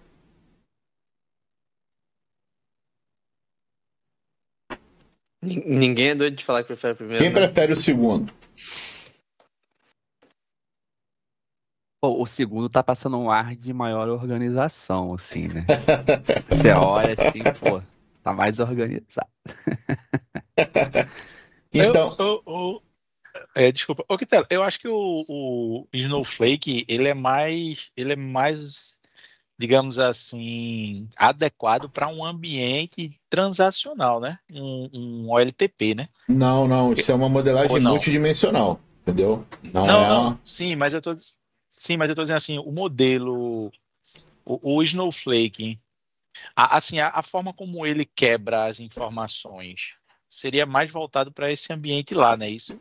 Porque, tipo aí, por exemplo, e quando tu falasse lá no início a respeito da questão da escrita dos dados, né? Eu sei que a gente está falando aí dessa modelagem multidimensional, né? Mas assim, olhando a grosso modo, esse Snowflake, essa quebra maior aí das informações, ela estaria mais adequada para um ambiente lá de um OLTP, não é isso? Por exemplo, ele é semelhante, tá? Ele é semelhante, tá? Mas ele certo. não é aplicado para um modelo transacional, tá? Ele é muito Beleza. semelhante quando você fala de você possuir as suas tabelas normalizadas, tá? Beleza. Não necessariamente você falar que eu vou criar esse modelo para o meu sistema relacional. Não é, tá? Ele é parecido nesse critério de que as dimensões elas serem normalizadas, tá? Então, cada um no seu quadrado, né? Quando você já fala no modelo, observe principalmente esse ponto aqui, ó. Produto e categoria de produto. Então, você tem uma tabela de categoria e você tem uma tabela de produto. Se você quer saber a categoria do produto que você vendeu, qual a categoria que você mais vendeu, tu tem que sair da fato, vir aqui e daqui pular para cá. Quando você já está no modelo esquema, cadê a nossa tabela de produto? Aqui, ó, a categoria está aqui dentro. Então você só sai daqui para cá. Perfeito. Sacou? Entendi. Então Entendi. assim, esse daqui ele é o famoso que ele é o famoso modelo estrela, né? Porque assim, a fato fica no centro, né?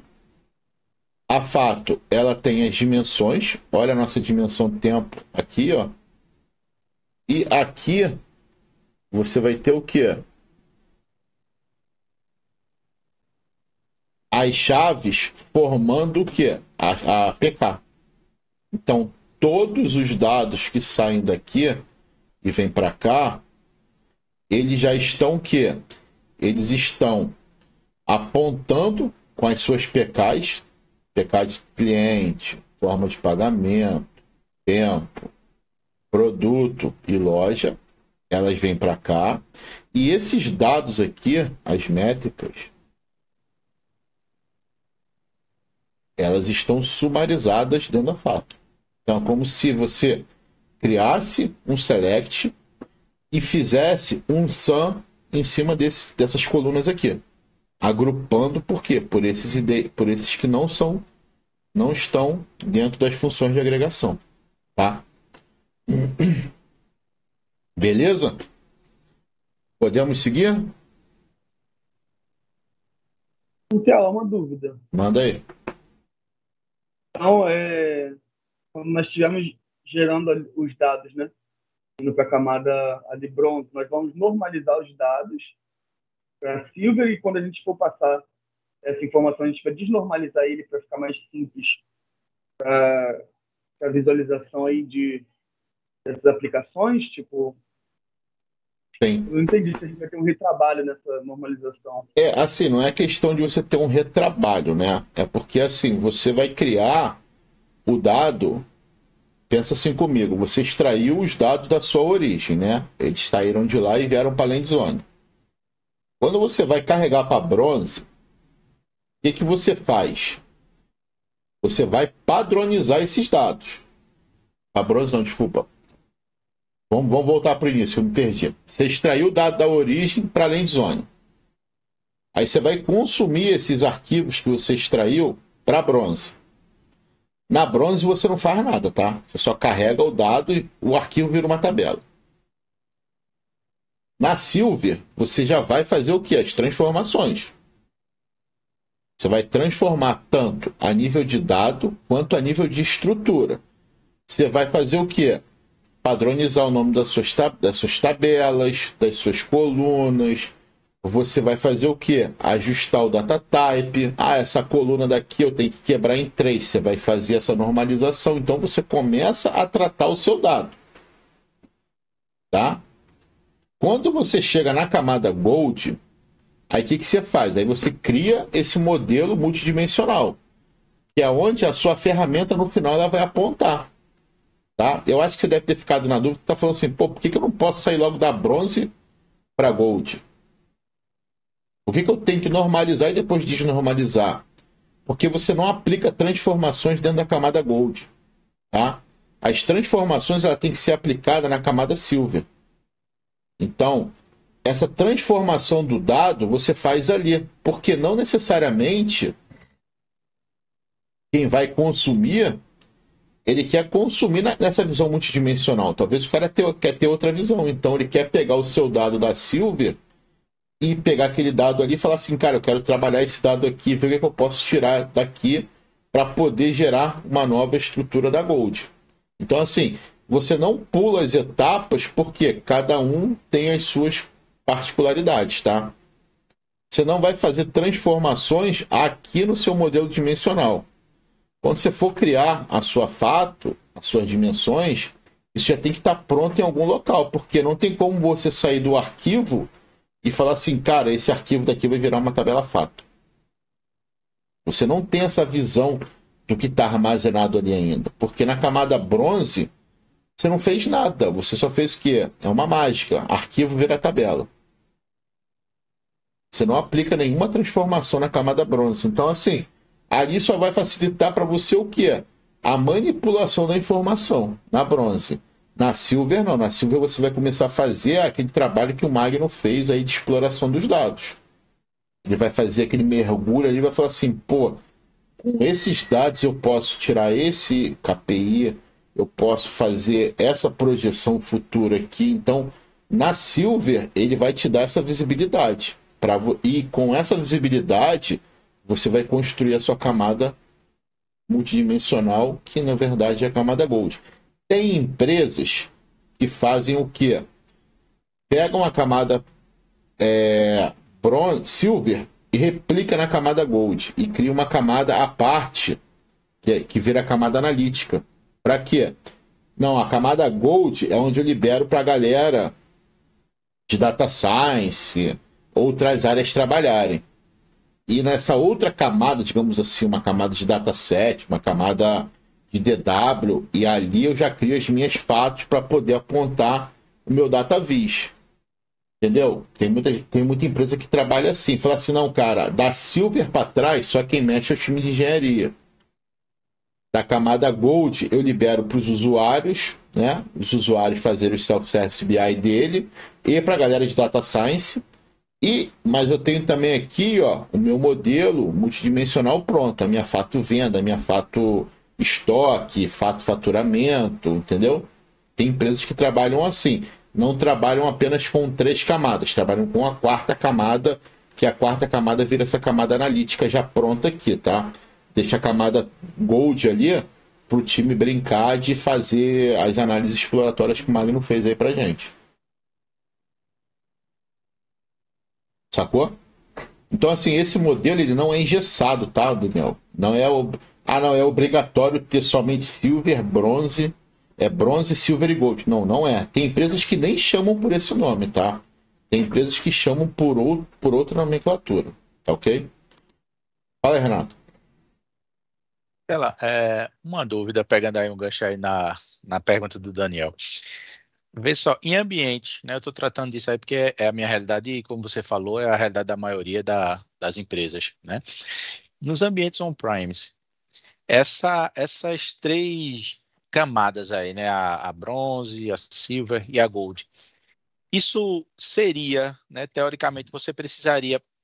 Mas a minha dúvida é mais com essa questão aí da ODS, né? Que seria a silver. Você precisaria criar, tipo, máquinas virtuais ou bancos distintos para cada uma dessas camadas aí? O correto é sim, tá? E assim, quando você está falando de on-premise, Renato, esquece bronze, silver e gold, tá? É stage, Tá, certo. ODS e Stage, DW, tá? ODS e DW.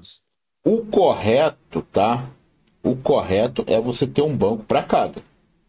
Ah, mas eu não posso, tem que ter um único banco. Beleza. Aí você separa por esquema. Entendeu? Você cria um esquema stage, você cria um esquema ODS e você cria um esquema DW. Tá ok? Perfeito, beleza. A melhor prática é o quê? Separar os homens dos meninos, né? Então, uma para bronze e bronze mole, uma para stage, um para ODS e um para DW. Porque, por exemplo, um banco de stage, ele é um banco pequenininho. Porque ele é um banco temporário. Você vai fazer uma carga agora, primeiro você tem que apagar o que tem. Ele não acumula, entendeu? Cada carga que você faz, você apaga o que está lá da tabela. Na ODS, não. Na ODS, ele é o quê? Ele é acumulador. Então, na ODS vai sempre entrando. Por isso que a ODS e a Silver, eles são mega importantes, tá? Porque é ali que vai estar o dado que você extraiu da sua fonte. Por isso que você não pode pular as etapas. A ODS e a Silver, ele vai estar o quê? Ele vai estar todos os dados que você já manipulou até hoje.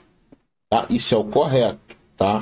Não estou dizendo que em todos os lugares que vocês vão passar, vocês vão encontrar esse cenário, tá? Mas o correto é o quê? Isso eu falei para vocês. Stage e bronze são camadas transitórias. Você só transpõe o arquivo para uma tabela. Tem lugar que você vai ver na literatura aí que vai falar para você que a camada bronze você vai acumulando. Não, você não acumula na camada bronze, você acumula na camada silver. A bronze, cara, vai carregar, apaga, vai carregar, apaga, vai carregar, apaga. Primeiro é um truncate, depois vem o insert. Na bronze e na stage. Na silver, não. Na silver, cara, é somente insert e update. Você não apaga, tá? Você não apaga.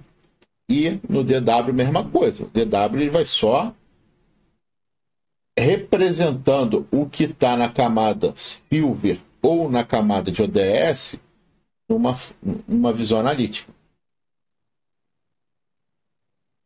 Então, o backup mais importante aí seria da camada Silver.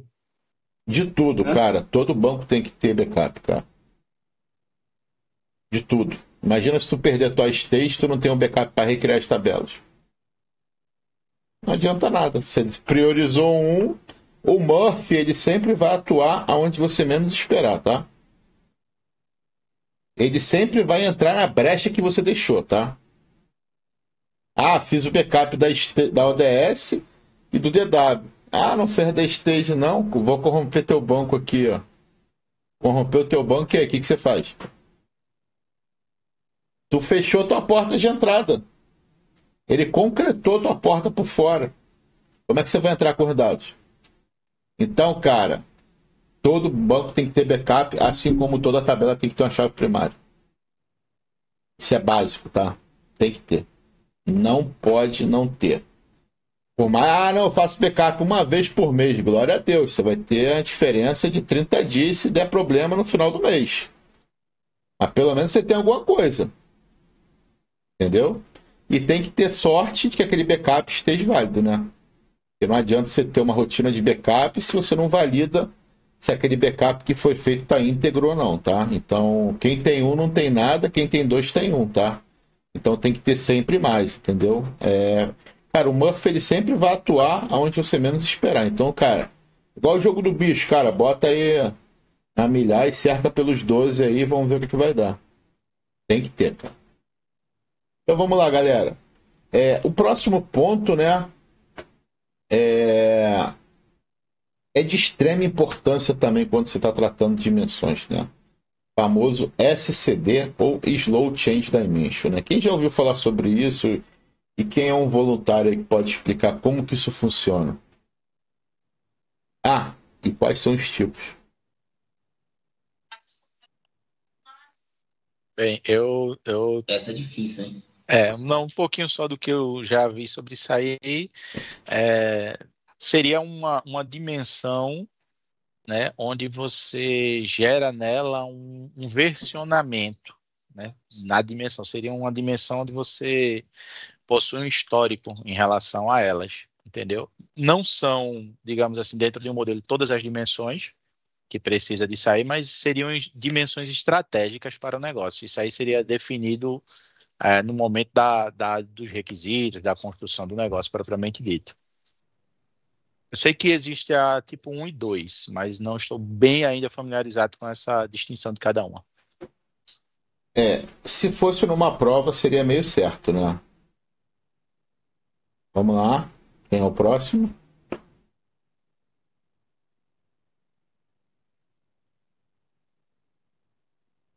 Vamos lá. Então é assim, por que meio certo, né, Renato? Pô, cara, não gostei disso não. Então, assim, primeiro, né, é uma técnica usada para o quê? Para você gerenciar as alterações dos dados ao longo do tempo, né? Mais voltado para a dimensão, tá? Então é assim, vamos lá ler o que eu escrevi aí, ó. Em muitos cenários, os dados em um data warehouse não são estáticos, ou seja, eles mudam, né?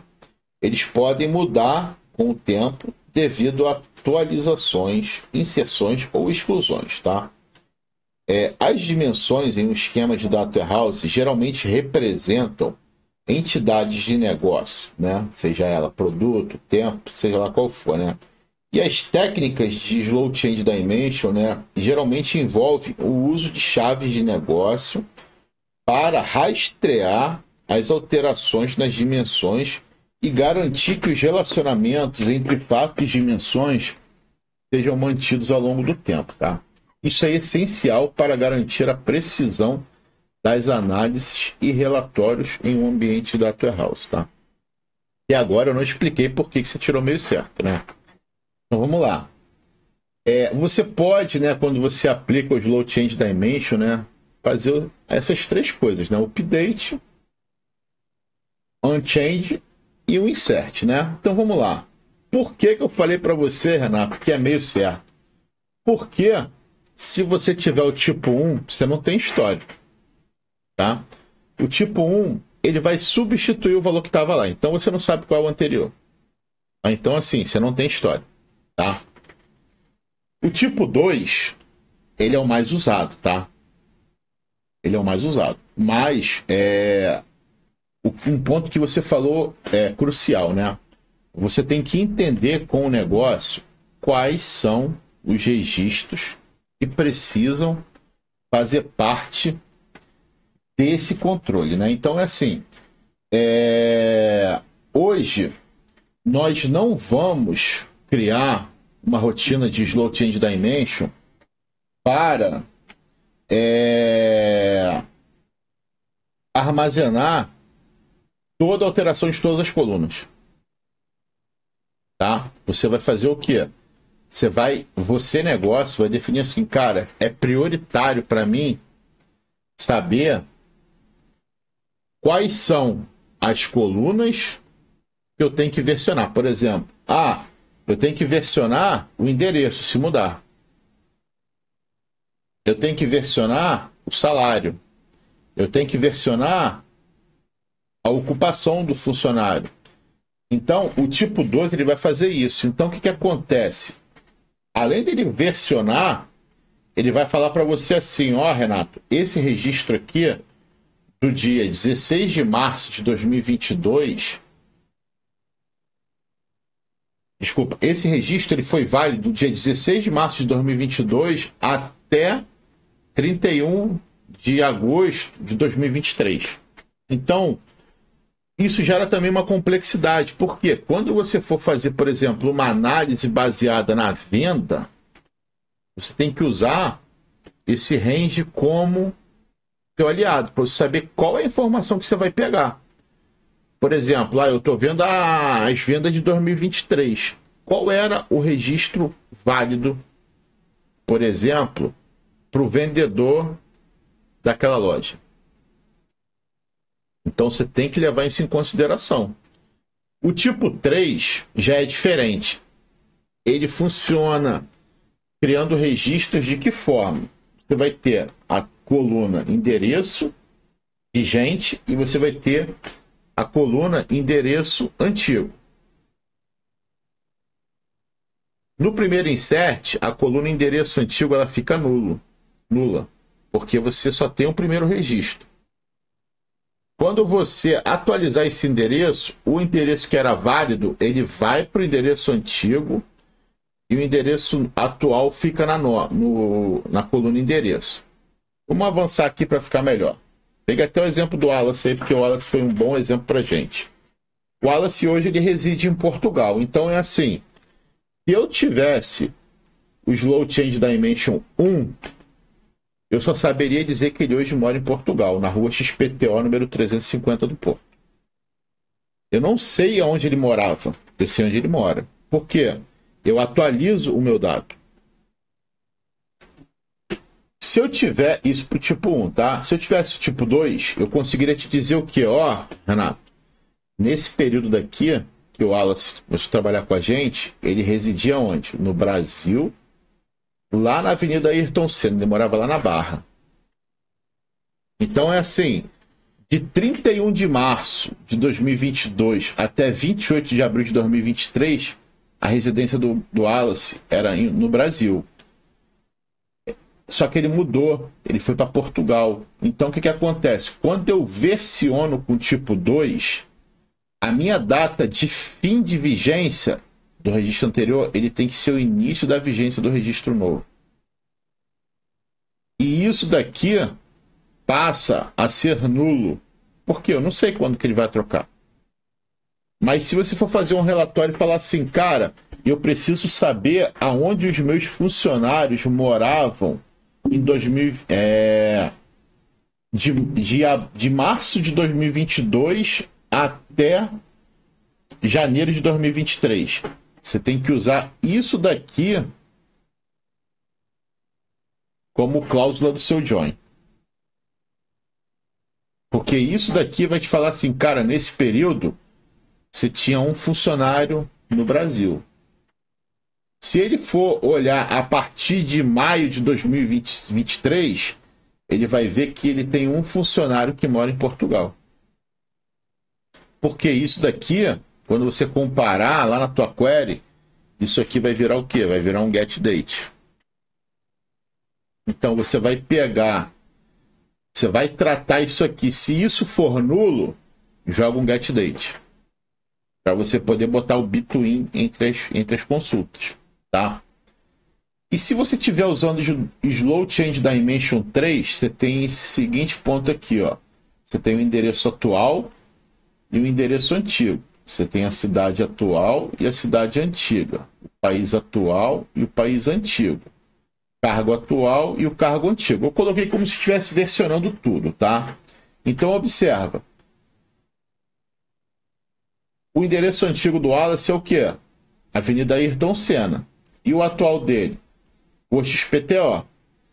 Se o Wallace mudar e for morar lá na Inglaterra, isso daqui vai ser o seguinte, o endereço antigo vai ser o quê? Rua XPTO 350. E o endereço novo vai ser o quê? Rua 1, número 33. Então é assim, você perde essa referência daqui, ó. Quer dizer, desculpa, você vai perder essa referência aqui, porque ele mantém um histórico apenas, tá?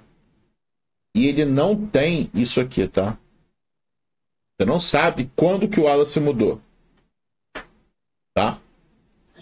É até por isso que ela não é tão utilizada, né? A 3, por Isso. exemplo, eu nunca utilizei em nenhum projeto, o tipo 3. Eu também nunca vi ninguém utilizar. E tem um outro que é mais bizarro ainda, que é o que eles chamam de Slow Change Dimension 6 ou híbrido.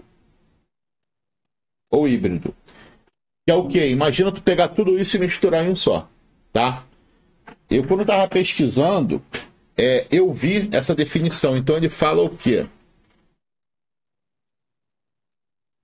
Deixa eu pegar aqui, que eu até anotei aqui, que eu nunca tinha ouvido falar desse cara. Ele fala assim, ó, o híbrido, conhecido também como tipo 6, combina todos os Slow Change Dimension anteriores, o que o torna bastante flexível para as atualizações das dimensões, porém com uma grande complexidade. Então, cara, imagina você ter o 1, o 2 e o 3 em um só. E, porra, você tentar achar que isso daí é bom, cara. Eu não achei interessante em momento algum você misturar tudo em um único local, tá? Então, assim, pegando o exemplo aqui do Wallace, ficou claro para vocês? Eu acho que o Paul Wallace, nem falei com você, mas foi, cara, vou pegar o exemplo dele, que, pô, foi interessante porque você vê que se o Wallace fosse um funcionário da nossa empresa, a gente teria esse histórico de movimentação dele, né? Porque, assim, ele saiu de um local e foi morar em outro. Isso a gente poderia pegar uma mulher que casou, que teria o nome de solteiro, e você estaria vendo que o nome dela foi alterado. Por quê? Porque ela casou. Você estaria vendo que o estado civil dela iria mudar de solteira para casada. Então é assim, o mais utilizado nisso tudo aqui é o tipo 2, tá? Eu nunca vi em lugar nenhum utilizar o tipo 1. O tipo 1 você usa também. O 2, o tipo 1 e o 2 você costuma utilizar no mesmo modelo, tá? Porque nem toda dimensão você vai precisar versionar, tá? Nem toda dimensão você vai precisar versionar. Mas o tipo 3, cara, eu confesso que eu nunca vi ninguém aplicar, tá? Nunca trabalhei em nenhum projeto que esse modelo fosse aplicado. Tá ok? Eu também não, cara. Sinceramente, nunca vi. Nem o 3, nem o 6. O 6 eu nem sabia exatamente. Eu nem sabia que existia, tá? Lembra? O 6 eu nem sabia que existia. Cara, eu já sabia que existia, eu já vi um post daquele, não sei se tu conhece o... Esqueci o nome dele, cara, que posta muito de Azure. Ele tá até no grupo lá. Ele postou lá uma vez, aí eu, pô, caramba, interessante. Então, tipo, você... Mas, cara, sinceramente, tem coisa que não vale a pena você aprender, porque você não vai usar. Então, de repente, uma certificação vale a pena saber. Uma certificação, focar assim, nisso. o Slow Change Dimension, ele se você tiver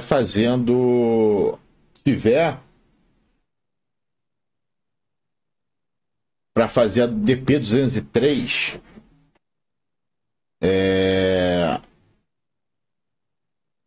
ele é cobrado, tá? Exatamente. E Sacou? Um comentário também em relação a isso aí, né? Como que as empresas geralmente atualizam os dados, né? Eu comecei na área de marketing, então eu basicamente fazia isso no início da minha carreira. Eu era responsável por fazer a atualização de dados dos clientes. Então, como é que a gente fazia isso? A gente mandava uma pesquisinha lá, atualize seus dados, né? Ou mandava alguma coisa e preencha aqui.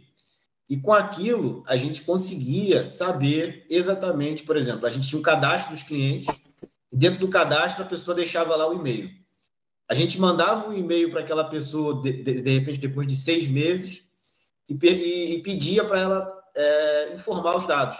E a gente comparava, né, automaticamente o dado que ela mandou no formulário com o dado que já existia. E se alguma coisa fosse alterada, automaticamente criávamos uma versão nova do dado.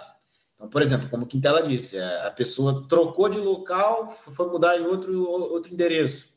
Aparecia a versão antiga e a versão atual, né? Porque a gente usava a técnica do tipo 2. Uhum. E tem campos que não faz sentido você atualizar, né? Que campos são esses? Basicamente o CPF, né? A não ser que tenha um erro de preenchimento, que aí é uma outra história. Exato. Mas, por exemplo, o CPF, por via normal, você não vai atualizar o CPF da pessoa. O nome completo da pessoa pode mudar, porque ela pode casar, pode ficar solteira, isso pode mudar. Mas o CPF, data de nascimento, são campos que você não vai versionar, porque isso não muda, né? É um campo imutável. Exceto se tiver um erro de digitação, que aí é uma outra história. Mas, basicamente, você não deve atualizar todos. Tem campos que não mudam, né? Então, só esse... Beleza. Então, assim, galera, aqui terminamos a nossa jornada, tá? Vamos lá, né? Vou enviar o certificado de vocês por e-mail, tá? Vocês vão estar recebendo aí, tá? Deixa eu já disparar aqui.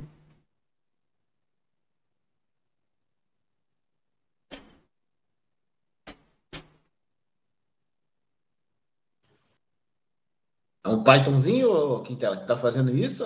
É um Python. Ou é alguma ferramenta? Python? Não, é o Python aqui, ó. Isso aí, pô. Vamos ver, né? Peguei o e-mail de vocês, né? É bom que no ao vivo sempre dá errado, né, cara? Interessante isso, né? Tem que dar errado, né, cara? Senão tá. Se não der errado, tem algo errado. Mas foi o próprio Quintela que disse: se da primeira vez der certo, desconfie que tem algo errado. Cara. Exatamente. É muita emoção que a gente passa até vergonha junto, né? Deixa eu tirar uma dúvida desse Slow Dimension enquanto vocês estão aí na finalização. Ele tem um prazo de finalização, por exemplo, vai versionar ali durante 15 anos, depois dessa imagem dos 15 anos para trás ela se perde? Não, aí vai de acordo com o seu negócio, tá? Se o seu negócio falar que vai acabar naquilo ali, tá? Aí vai de acordo com o que você colocar aí, tá? É uma boa pergunta. Na empresa que eu trabalhei, a gente tinha um processo que aqui em Portugal, apagar as coisas, eles chamam de processo de purga. Expurgo. Você tem um expurgo, né? Porque, assim, teoricamente, né, um dado ele não deve ser apagado, tá? Um dado em um banco de dados ele tem que ter a exclusão lógica, tá? Não exclusão física.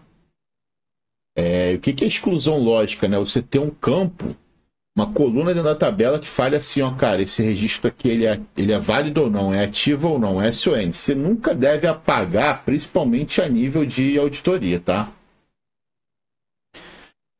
Então, cara, dado em banco de dados não devem ser apagados, tá? Beleza? Agora, expurgo de dados é até válido para o teu negócio, tá? Aí você tem que ver, por exemplo, eu tenho que manter qual o histórico de informação. Tem algumas coisas aí que falam, dado financeiro tem que ser por 10 anos, porque a Receita Federal pede, dado de RH tem que ser o quê? Tem que ser no máximo 5 anos. Então, cara, cada um tem sua particularidade, tá? É apagado mesmo, cara. É backup, fita e tira do banco. Tá? Sistemas RP fazem muito isso, tá? Então, assim, galera, enquanto tá enviando aqui o e-mail, tá? Eu já queria deixar aqui para vocês um convite, né? Pra gente iniciar uma nova imersão aí, tá? Eu pensei ou a gente começar em Azure com foco em Data Factory, ou uma linguagem SQL com foco em modelagem, desenvolvimento e um tiquinho de administração de SQL, tá? Caso vocês queiram, tá?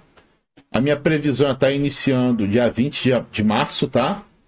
E após isso eu quero fazer uma imersão em Python e Pandas, né? E depois PySpark aplicando no Jupyter, no VS Code e no Databricks, tá? Aí eu estou expandindo o convite para vocês, tá? Caso vocês tenham disponibilidade e queiram fazer, tá? A previsão inicial para evitar ladainhas à parte é fazer isso aqui no período noturno, tá? A partir das 19, tá?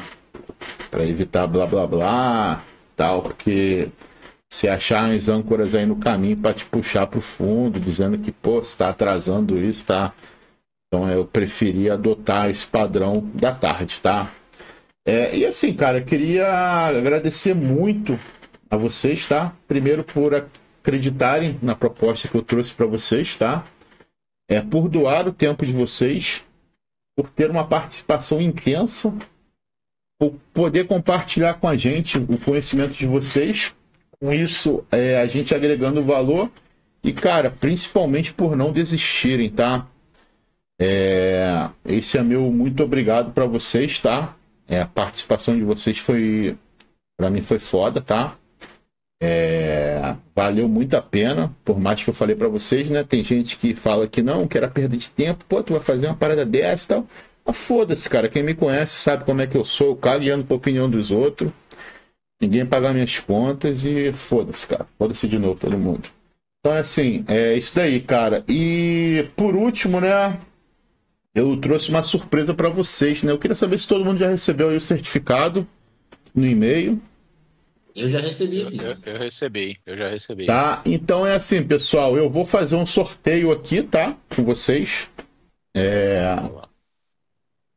O sorteio, como é que vai funcionar, tá? O script vai estar lá para auditoria, caso alguém discorde do resultado. Foda-se também se discordar, não pedir opinião de ninguém. Tipo assim, então eu coloquei aqui o nome dos bonecos, o Daniel, o Edmagno, o Matheus, o Renato e o Wallace. Cada um tem um ID. Como é que isso vai funcionar, tá? Eu coloquei um número aleatório aqui para dar aquele suspense. Então isso aqui vai ficar girando, pá. E quando chegar, ele vai falar o quê? Cara, ele vai estar sorteando um valor entre 1 e 5, tá? E depois ele vai fazer uma consulta no nosso DataFrame e vai dizer quem foi o sorteado, tá? Quem foi o vencedor. Tem essas 5 opções, tá? Eu vou mandar o link para vocês. Basta adquirir na Amazon e me mandar o QR Code do Pix, tá? Eu faço o pagamento aqui e quando vocês comprarem já vai com os dados de vocês, endereço e tal. E, cara, acredito que vai agregar algum valor para vocês, tá? Então vamos lá, né? Quem vai ser o cara... Opa, pode até escrever no lugar errado. Foi muita emoção, né? Então vamos lá, né? Cruzem os dedos. Se fosse eu, nem ficaria preocupado, porque eu não ganho porra nenhuma, tá? Então, nunca ganhei nada, só conta para pagar. Vamos lá. Ele primeiro é um suspense, tá? Ele só apresentou quem tá cadastrado, né? Que todo mundo ganhou não, tá? É só um.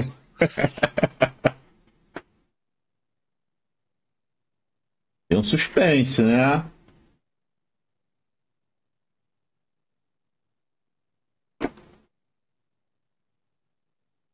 Ainda botou um sleep ali para ele esperar 30 segundos, né? Exato. Tá esperando 30 segundos. Tem que ter um suspense, ó. Aquela batida no coração. E aí, quem vai ganhar? Aí, ó, mais 30 segundos. Isso aí. Será que já foi realizado o sorteio? Boa. Não vai ser ainda. Vamos ver.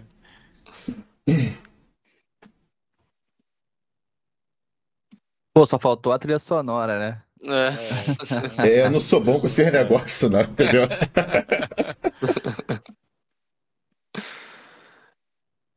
Sorteio realizado. E o vencedor foi. Era.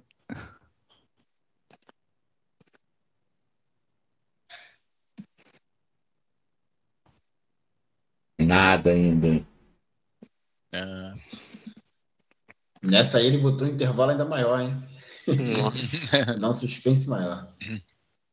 Mas ficou legal aí a questão do suspense. Massa, ficou massa. Muito bacana. Número 5. O Wallace Camargo aí, ó. Aê! Parabéns, parabéns. Deixa eu ganhar alguma coisa, cara. Eu nunca ganho nada. É caro pra Portugal, hein? Então. Mas aí o meu pode ser em PDF, né? Ou então pode doar pra galera, né? Já que eu tô fora do país, né? Aí é você. Você for o vencedor, você escolhe o que vai fazer com o seu prêmio. Aí, tá? Pô, fico feliz, cara. Eu nunca ganho nada. Eu então também, cara. Eu nem participo. Eu nem participo. Então é assim, galera. Muito obrigado, gratidão aí por a gente ter conseguido chegar até o final. E acho que nós nos encontraremos no próximo, né? Vamos só fazer aquela fotinha aqui pra gente botar lá aquele jabá lá no Instagram, né? Então, vamos recortar aqui. Muito bem. Valeu, galera. Obrigado pelo tempo de todos e valeu, Quintela, até breve. Pessoal. Falou, o material vai estar disponível todo lá no GitHub para todo mundo, tá? Legal. Show de bola. Valeu, galera. Valeu. Oi? Indicação de livro aí. Dou sim, cara. Pode deixar. Valeu. Valeu, galera. Abração. Valeu, gente. Tchau. Falou.